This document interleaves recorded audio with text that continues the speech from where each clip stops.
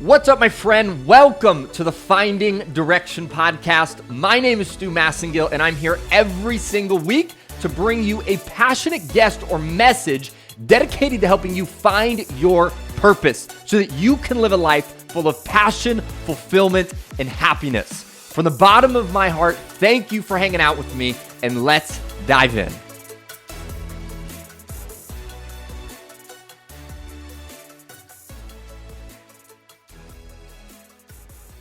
What's up, my friend? Welcome back to another episode here on Finding Direction. I hope you are having an unbelievable day as we kick this week's solo episode off. I hope you take a moment as you hear my voice and you practice, as we sometimes do on the show, a little bit of gratitude, right? Ask yourself, what is one thing in your life today that you could be truly grateful for? All right. Now, as you get that thing centered in your heart, we are going to start to dive into our episode for today, which is all about 4 tips to becoming better at public speaking. And before we dive into the juiciness, I just want to encourage you, if you have not yet, make sure you hit that subscribe button so you can join us on the show every single week. All right. Now, on this episode, again, we're going to be diving into a few tips, strategies, tactics, things that you can specifically do to become better at public speaking. Now, a little bit about my journey over the last 10 years now, close to 11 years. I've had the privilege to speak to over 2,000 different organizations. All right, that's 2,000 different groups, different settings, different areas, different stages, different industries, different groups of people, different ages, everything. And over the last 2,000 times I've been able to speak in front of a group of people, I've learned a couple things. And as I was thinking about today's episode, I figured, what's one thing I could share that is not something we really talk about as much on this episode or on this podcast that I think could actually really be beneficial for you in your life, right? A skill set that I've acquired over the last 10 years when I started as a shy person whose biggest fear was public speaking to now someone who does it for a living, right? And so if you're listening to this episode and you want to do more public speaking, this is absolutely the right episode for you. If you're someone who doesn't want to do more public speaking, this episode is also still for you, right? Because the truth is, whether you are going to go speak on a stage to a group of people, whether you are going to be in a conference room talking to other colleagues, at some point in your life, you'll find yourself in a place where you're going to have to talk in front of a group of people. It may not necessarily be from a stage, but it may be that you have to voice your opinion. And if you really want to grow in a career or business, this is a skill, a really valuable skill that you want to begin to learn. And if you're listening to this episode and you're going, Stu, I am introverted and shy and public speaking is my biggest fear, well, then this episode is also definitely for you, because that's where I was when I went into this journey about 10 plus years ago as well. All right. So the first thing that we want to talk about, the first tip really to begin crushing it at public speaking, whether, again, that's in front of a stage and you're actually presenting, or whether that's just in a boardroom or even a Zoom call that you're hopping on virtually and you're going to share your opinion, right? You're going to share something. The first step to becoming better at public speaking is prepare. All right. Now, you may have heard of some people who go, yeah, I just show up and I just wing it.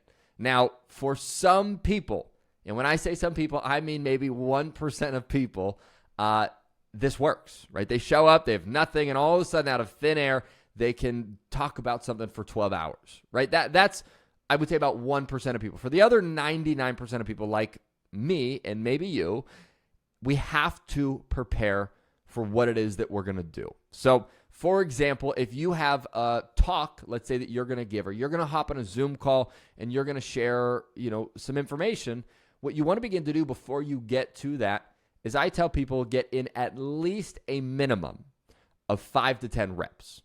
Now, what 5 to 10 reps means is actually practice doing this thing. All right, actually practice it. Now, for example, if you're going to be speaking in front of a room of people, what you want to do is actually get up in front of a room of people and to start off as no one is there, practice giving your talk. All right. And at first it may feel weird. It may feel odd because you're talking to a group of nobody. And what happens for me a lot of the time when I start to learn new material that I'm going to start speaking on is I will truly, I'll really struggle through that first time. I'll get about 15 minutes into it and I'll stop and I'll take a sigh and I'll go, damn, like this is a little difficult, right? And even though, again, I've talked to 2,000 different groups, when it's something new that I'm getting ready for, the first time you do anything, it's not going to be the smoothest. So that's why you want to get some reps in. So first off, you want to start off by doing it in front of a group of absolutely nobody, right? If it's going to be a Zoom call that you're going to jump on and you're going to share something, practice jumping on a Zoom call with yourself and sharing the information that you're going to share at this moment when you have an opportunity to speak. All right. Or if you're going to be in a conference room and you want to share something, you want to share your opinion about something that's going on in your company, practice sharing what you want to share in that meeting, right? Sit down at your kitchen table and pretend you're in a conference room, right? Or if your meeting is virtually, again, get on Zoom with yourself and practice a little bit, all right? So once you begin to do that, the next thing that you can really start to do, and this would be more specifically for those of you who actually want to speak in front of a room of people, where you're really doing some sort of a presentation, a keynote, a workshop. The second part of this would be once you've practiced it in front of a room with nobody, you want to actually get a group of people. This could be people that are really close to you, some of your friends, your significant partner, but you want to get a group of at least one person and practice your talk in front of that person, right? And boom, do that. Now, I would also encourage you to ask this person for feedback, right? And remember, when you ask them for feedback, maybe ask them for some specific feedback, right? Ask them, did the theme kind of make sense throughout the whole talk, right? When I said this one thing, did it land? Did it make sense? And help them be a little bit more specific as far as what kind of feedback you're looking for. Because if you say, hey, I just want feedback, they may give you some feedback that's totally different than what you actually want. So that is really the first step, is whenever you're going to give some sort of a talk, you have to begin to prepare. And that's really going to show back up when we get to step 4. All right. Now, step 2, when it becomes to becoming better at public speaking, is you have to stop caring what people think.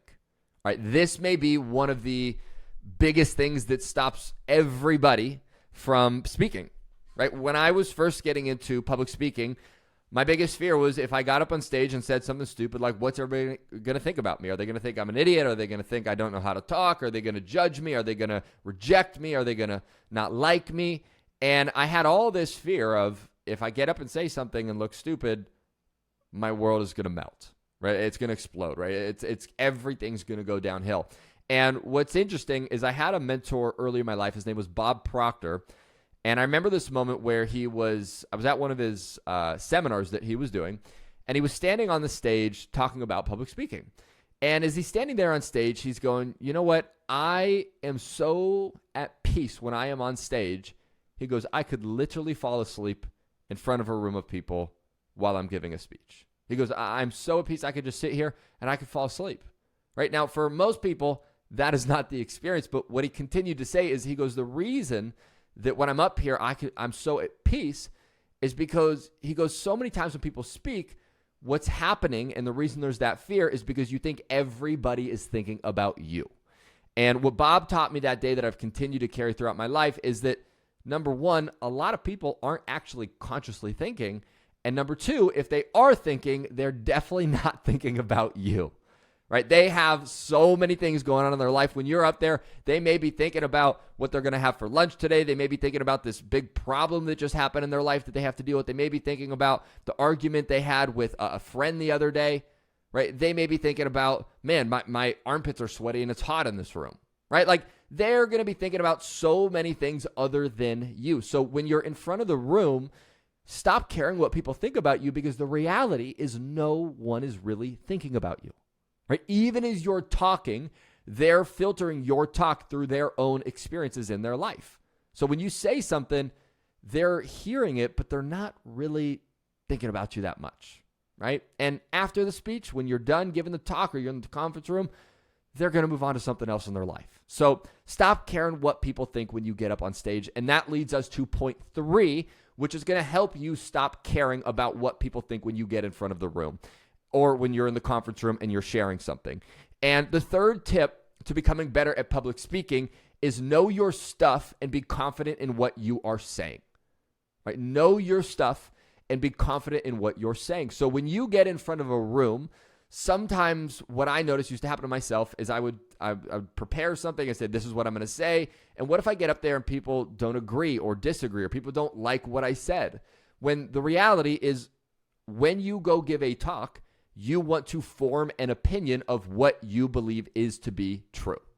All right. Now, one of the talks that I give a lot of the time is I go to colleges and I talk about figuring out what you want to do with your life.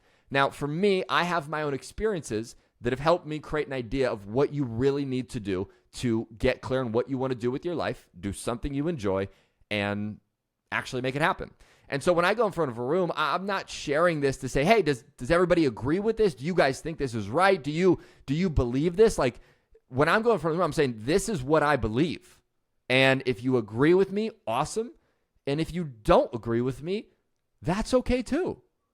I'm up here to share what I believe to be true, and that's what I'm going to share. So when you get in front of the room, make sure that what you're sharing, that you really have confidence and you're standing true in what you believe. Because when you do that and you're just sharing your truth, it becomes easier to not really care about what other people think, because it doesn't have anything to do with what you're saying. What you're saying is what is true for you. Now, one other piece when we look at this third step of being confident in what you're saying and knowing your stuff, right? That's also part of preparing. But another thing you want to understand is something called the law of thirds. And what the law of thirds is when it comes to public speaking is that when you go into any room, it could be a conference room, it could be where you're giving an actual talk, that there's 3 different audiences in your audience. The first audience is the group that, regardless of what you say, they're going to be like, oh my God, that was amazing. They're going to love it. They're going to be happy with what you said. They're going to agree with you. That's 1/3 of the room that when you go in, regardless of kind of what you say, they're going to be on your side. All right. Then the next third is where people kind of sit in the middle, right? It's people that come in and they go, okay, I'm open-minded and I don't know if I'm really going to like buy into some of the things this person's saying, but I'm open, right? And that's the second third. And then the final third is what I like to call, we'll just call them the skeptics, right? The negative ones, the rotten apples, right? This is the third of the room that when you come in, it doesn't matter what you say, it doesn't matter how incredible it is, there's always going to be a third of the room that, regardless of what you say, they do not agree with you. They don't like it. They don't like you, right? And there's just going to be a third most of the time that maybe isn't in agreement with you. And so when you go and you know your stuff and you're confident in your stuff, what you want to understand is the third is bought into you. A third is not going to buy into you.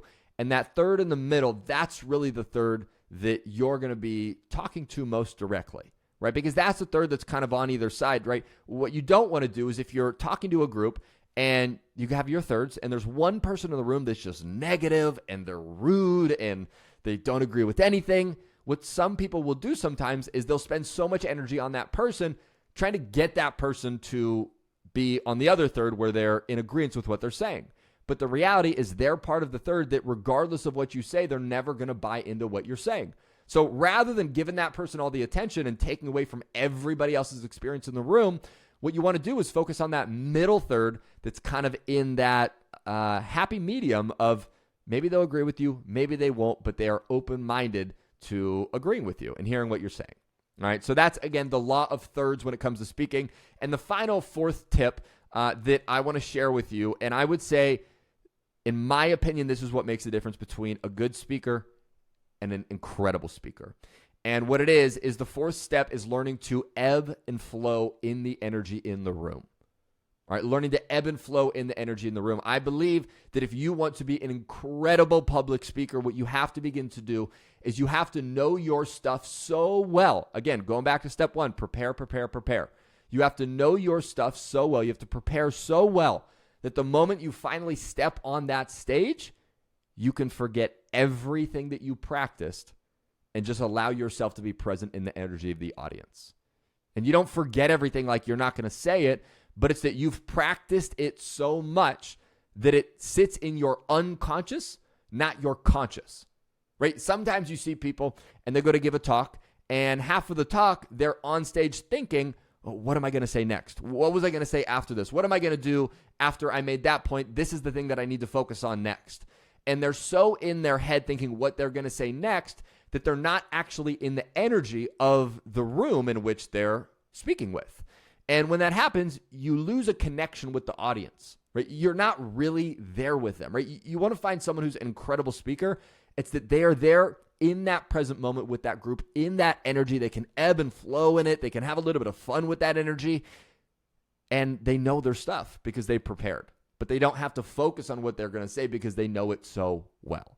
All right, so that is really the fourth part is you have to know and practice and learn it so well. Again, this is through all those reps you're going to do that the moment you finally step on for that final time where you're really going to do your thing, give your talk, go into the conference room, you know it so well you can forget everything and just allow yourself to be present and deliver the material you prepared.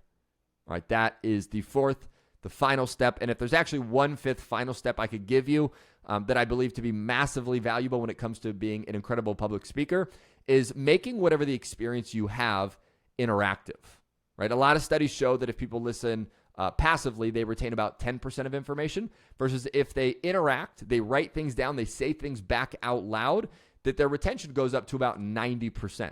So as you're giving some sort of a talk or keynote or you're in a workshop or you are in a conference room and you're talking to your colleagues, make it interactive, right? Talk to them and say, blah, blah, blah, blah, blah. Here's this point. How many of us agree by a show of hands? And boom, they raise their hand, right? Say, how many of us would agree that that's true? Would we say yes or no? And you have everybody say yes back out loud, right? Or you land something, you go, the third pillar of this is caring. So everybody, what's the third pillar? And boom, they shout it back out you, right? Maybe have it so that throughout the talk that you're giving, they're doing some writing exercises, right? They're doing something where they actually put pen to paper. And if they're not doing an exercise, you want to encourage them to have a pen and a paper so that they can also take notes during your talk, even if it's not interactive to the point where they're going to be doing any exercises. All right, so that's the fifth and final piece is you really want to have an incredible talk, be better at public speaking, make it interactive. All right, so the 5 tips, not 4, the 5, we got you that bonus one, is number 1, you want to prepare like your life depends on it. Number 2 is you got to stop caring what people think. Number 3 is you have to know your stuff and be confident in what you're saying. And then finally, 4 is ebb and flow in the energy of the room. And then finally, number 5 is make it interactive. All right, so those are 5 steps to go crush it at public speaking, to get in front of your next room and absolutely throw it down, create an incredible experience for your audience or your boardroom or your colleagues that you're talking with. These are 5 things that you absolutely, if you start applying these, I guarantee you they are going to make a difference as you go through your public speaking journey. All right, so go take it, apply those things as always. Other than that, that is all we have for you today. I want to say thank you, as always, for joining me on this podcast. It is an absolute joy to be able to pour into you. And if you have a friend that you know is looking to get a little bit better at speaking, or maybe they want to and they feel shy or whatever it is, you have someone that's going to have more of this in their life, I would just encourage you to send this episode to them because I promise you it's really going to make an impact and help them in that journey that they're going through.